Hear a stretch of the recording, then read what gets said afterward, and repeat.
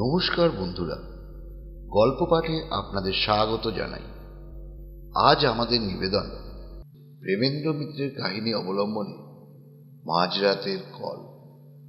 শুরু হচ্ছে মাঝরাতের কল। যে পাঁচটা ইন্দ্রিয় দিয়ে আমরা পৃথিবীকে জানি তাদের দুটি হলে অনেক রকম ভুল তাদের হয়, তবু আমাদের মতো সাধারণ মানুষের তাদের উপর বিশ্বাস অগাধ। অগাধ বিশ্বাস আমাদের সাধারণ বুদ্ধি। এই কটা ইন্দ্রিয়ের নাগালের মধ্যে না এলে আমরা অনায়াসে অনেক কিছুকে উড়িয়ে দিই। বুদ্ধি দিয়ে আমরা কঠিনভাবে সত্য বা মিথ্যা বলে সব কিছুর উপর রায়। কিন্তু এমন অনেক জিনিস আছে যা সত্য মিথ্যার মাঝামাঝি জগতে, যেখানে বুদ্ধি থই পায় না, ইন্দ্রিয় হার মেনে নেয়। সেই রকম একটা কাহিনী আজ বলতে বসেছি।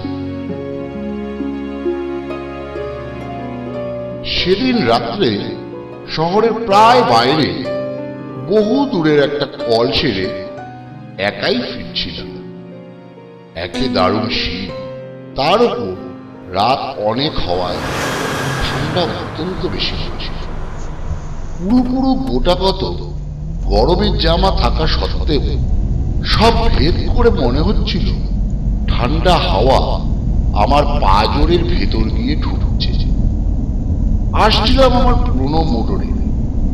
এ মোটর আমি আজ 10 বছর ধরে একাই চালিয়ে ফিরছি, কিন্তু এখন মনে হচ্ছিল সঙ্গে একজন সাফার থাকলেই বুঝি ভালো হতো। আমাদের শহরটি অত্যন্ত ছড়ানো। বড় বড় কয়েকটি রাস্তাকে আশ্রয় করে চারিধারে অনেক দূর পর্যন্ত সে বিস্তৃত হয়ে আছে, কিন্তু জমাট বাঁধে। অনেক সময় এক প্রান্ত থেকে আরেক প্রান্তের মধ্যে শুধু একটি নির্জন রাস্তা ছাড়া আর কোনো যোগ নেই। যে রাস্তা দিয়ে আসছিলাম সেটিও অত্যন্ত নির্জন। দুধারে মাঝে মাঝে হর্তকি বা মহুয়া গাছ, আর রাস্তার দুধারে শুধু শূন্য অসমতল মাঠ। তার ভেতর বাড়িঘর নেই বললেই হয়। অন্ধকার রাস্তার নিস্তব্ধতার উপর শব্দের ঢেউ তুলে আমার মোটর চলেছে শুধু নিজেকে যথাসম্ভব ঢাকাঢুকি দিয়ে রেখে ভেতরে বসে আমি শুধু আমার গরম বিছানাটার আরামের কথাই ভাবছিলাম। ডাক্তারদের মতো পরাধীন আর কেউ নয়। তবু মনে হচ্ছিল একবার বাড়িতে পৌঁছতে পারলে প্রাণের দায় ছাড়া শুধুমাত্র পয়সার জন্য আর আমায় কেউ বের করতে পারবে না। এখন কোন রকমে 20-25 মিনিট কাটলেই হয়। কিন্তু হঠাৎ অপ্রত্যাশিত এক ঘটনায় সুখ স্বপ্ন আমার ভেঙে গেল।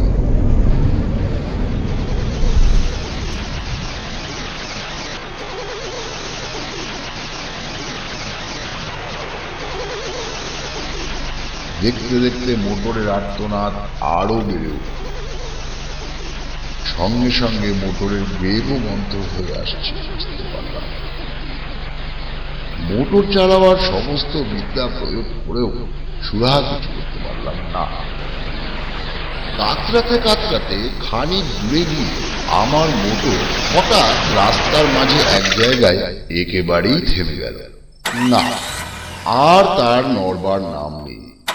চেষ্টার আমি তখনও ত্রুটি করছিলাম না, কিন্তু আমার পীড়নে অস্ফুটভাবে একটু কাতরোক্তি করে ওঠা ছাড়া আর কোনো সাড়া সে দিচ্ছিল না।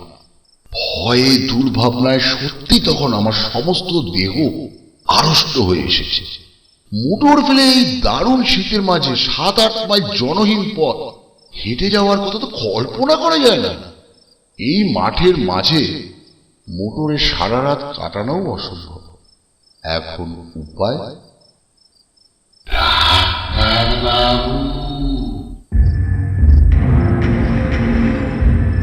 এই জনশূন্য পথে এমন সময় কে ডাকলে?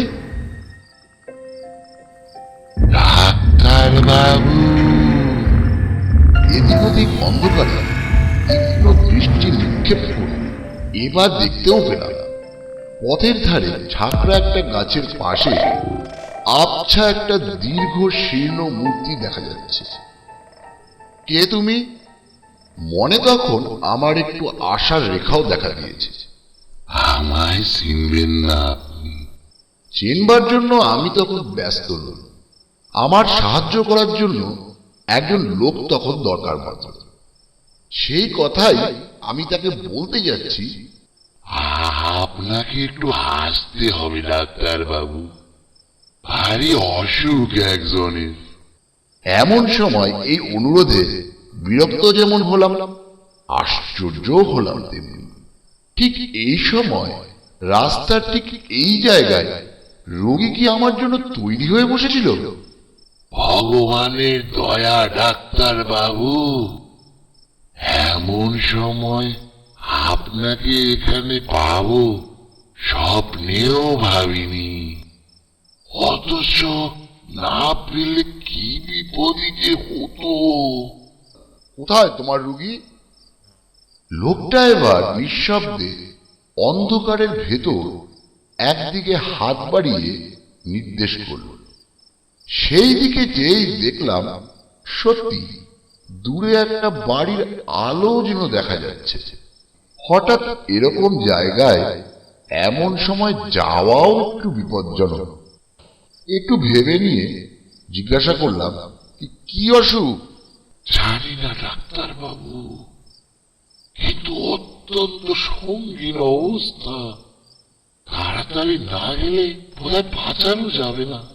দোহাই আপনার, চলুন ডাক্তার বাবু। কোথায় নিজের বিপদ সামলাবো না, হঠাৎ রাস্তার মাঝে মাঝরাতে যেতে হবে পরের চিকিৎসা। চলো। মাঠের উপর দিয়ে সরু একটা পথ, অন্ধকারে ভালো করে দেখাই যায়। তাই ধরে লোকটার পিছু পিছু মিনিট পাঁচেক হেঁটে একটি বাড়ির উঠোনে এসে দাঁড়াল। সামনে একটি ঘরের দরজা থেকে আলো দেখা যাচ্ছে। ওই ঘরেই রুগী ডাক্তার বাবু, আপনি যান, আমি এক্ষুনি আসতেছি। অন্ধকারের ভেতরই বুঝতে পারছিলাম বাড়িটি বিশেষ সমৃদ্ধ চেহারার নয়। গুটি চার পাঁচেক ঘর এবং একটুখানি ঘেরা উঠো। ঘরগুলিও সব পাকা ছাদের নয়, দুপাশে খোলার চালের ছাউনি। লোকটার কথা মতো সামনের ঘরে গিয়ে এবার ঢুকলাম। ঘরটি আয়তনে বিশেষ বড় নয়। দরজার বাঁ ধারে একটি চারপায়ায় অত্যন্ত শীর্ণ এক ভদ্রলোক শুয়ে আছে। এসেছেন ডাক্তার বাবু, আপনার দয়া কখনো ভুলবো না। বসুন বসুন বসুন, ওইখানেই বসুন। আগে আমার রোগের কথা বলি, শুনুন। একটু হেসে এবার সেখানেই বসলাম। রুগীদের নানা অদ্ভুত বাতিকের সঙ্গে আমার যথেষ্ট পরিচয় আছে। বুঝলাম খানিকক্ষণ ধরে নিজের রোগ সম্বন্ধে ভদ্রলোকের নানা মতামত আমায় এখন শুনতে হবে। আমার রোগ কি সারাতে পারবেন ডাক্তার বাবু? পারবেন আমাকে বাঁচাতে? সে চেষ্টা করাই তো আমাদের কাজ। আর বাঁচবেন নাই বা কেন?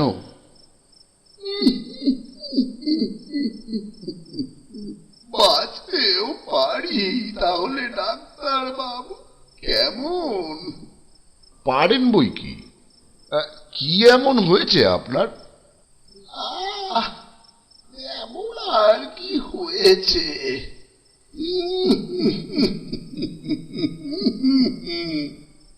ডাক্তারদের অনেক ক্ষমতা, তাই না ডাক্তার বাবু? কিন্তু ধরুন তাতেও যদি না বাঁচি, যদি আজ রাত্রেই মারা যাই,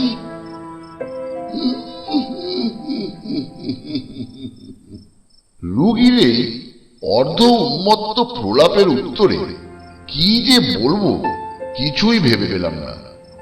মনে মনে তখন এই বিলম্বের জন্য অস্থির হয়ে উঠেছি। যদি যদি আপনি থাকতে থাকতেই মারা যায় ডাক্তার বাবু, কি হবে তাহলে? কে আপনার ফি দেবেন? আচ্ছা, পাগল রুগীর পাল্লায় তো পড়া গেছে। যদি নেহাতি তাই হয় তাহলে ফি না হয় নাই পেলাম। আমরা শুধু ফির জন্যই সবসময় আসি না। তা বটে, তা বটে। পৃথিবীতে ভালো লোক, পৃথিবীতে মনুষ্যত্ব তাহলে এখনো আছে না ডাক্তার বাবু?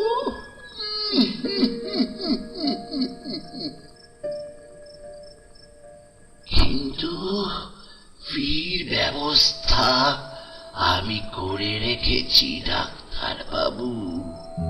হঠাৎ যদি মরে যাই তাহলে ওই বাক্সটি খুলে ফেলবেন, বুঝেছেন ডাক্তার বাবু? ওই বেতের ছোট্ট বাক্সটি, ওই বাক্স থেকে আপনার প্রাপ্য টাকা নেবেন। আরো একটা জিনিস নেবেন ডাক্তার বাবু, বলুন নেবেন তো? কি? কিছু না ডাক্তার বাবু, কিছু না। একটা কাগজ, কিন্তু ভয়ানক দরকারি কাগজ। এই কাগজে ওখানে আছে শুধু আমি জানি, আর আপনি এখন জানলেন, আর কেউ জানে না।